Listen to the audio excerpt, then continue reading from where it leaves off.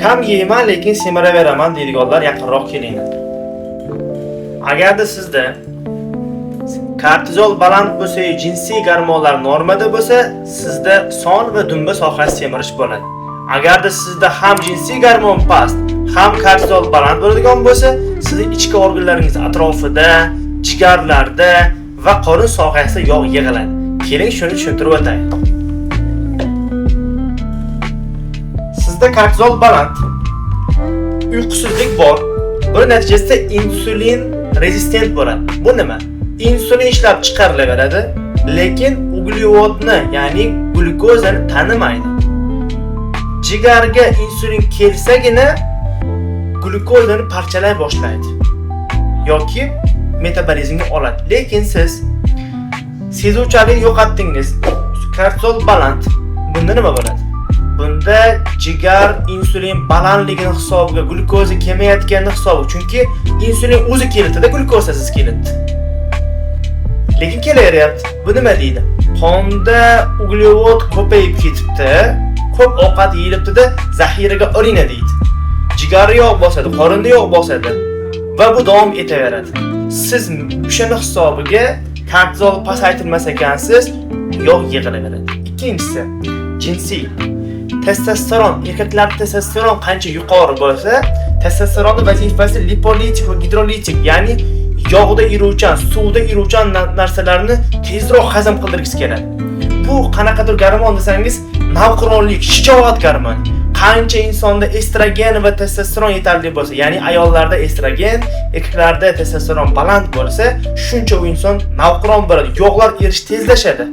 Bu nimaga o'xshatsa bo'ladi? Ko'p sarflaydigan insonga o'xshaydi. Ya'ni bu tanadagi yog'larni sarflab insonga energiya beraveradi. Siz jinsiy gormon joyiga qo'ysangiz, shunda sizda yog'lar erish tezlashadi. Muskullarga oqsillar yaxshi yetib boradi. Ya'ni teringiz o'silmaydi. Endi agar siz jinsiy bez pastroq bo'lsa, sizda qorin atrofida yog' yig'iladi, qo'llar ozadi, son ozadi, lekin yog'ni hisobiga o'siladi. Muskul ketadi, yog' o'rnaydi. Shuni hisobiga agar siz sog'lom o'smoqchi bo'lsangiz, birinchi o'rinda kortizol bilan birgalikda jinsiy gormonlarni tartibga soling. Birinchisi, siz agar ko'p ovqat yeydigan bo'lsangiz, turbachoy, tarkibida olma, zanjabil, kurshun daraxtining po'stloqlari, yana qo'shimcha 3-4 xil giyohlar ichaklardagi metabolizmni tezlashtirgan hisobiga ichakda ovqat to'planib qolish holati bo'lmaydi. Keyingisi, biz hozir kortizolni pasaytirishni o'rganamiz. Kortizolni pasaytirish uchun D3 kerak bo'ladi. D3 vazifasi eng zo'r insulin bilan glyukozani, ya'ni sezuvchanligini oshirib berish. Keyingisi inositol.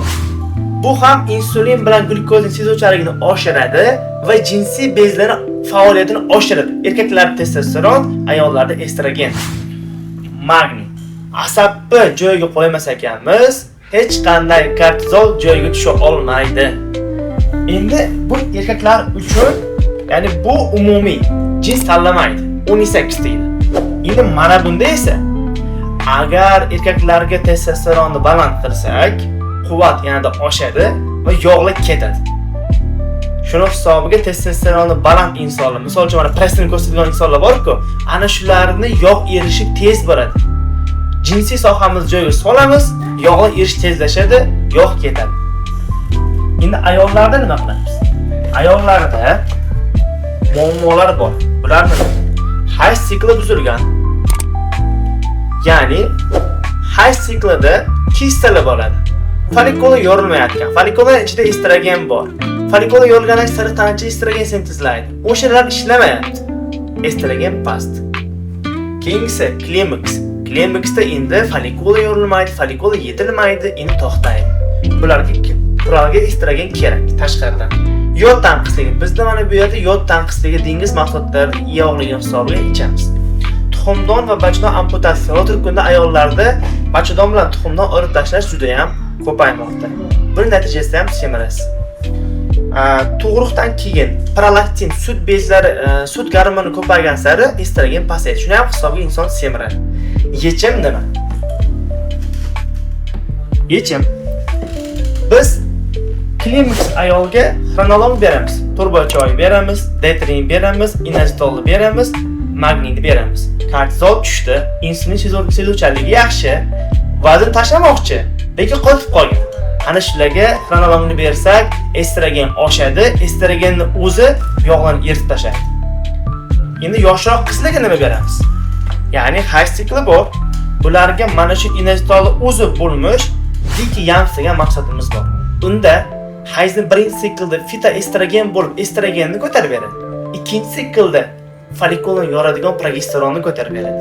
Bular barchasi tabiiy giyohdan olingan gormon sintezlaydigan unga tayyor ozuqa boradi.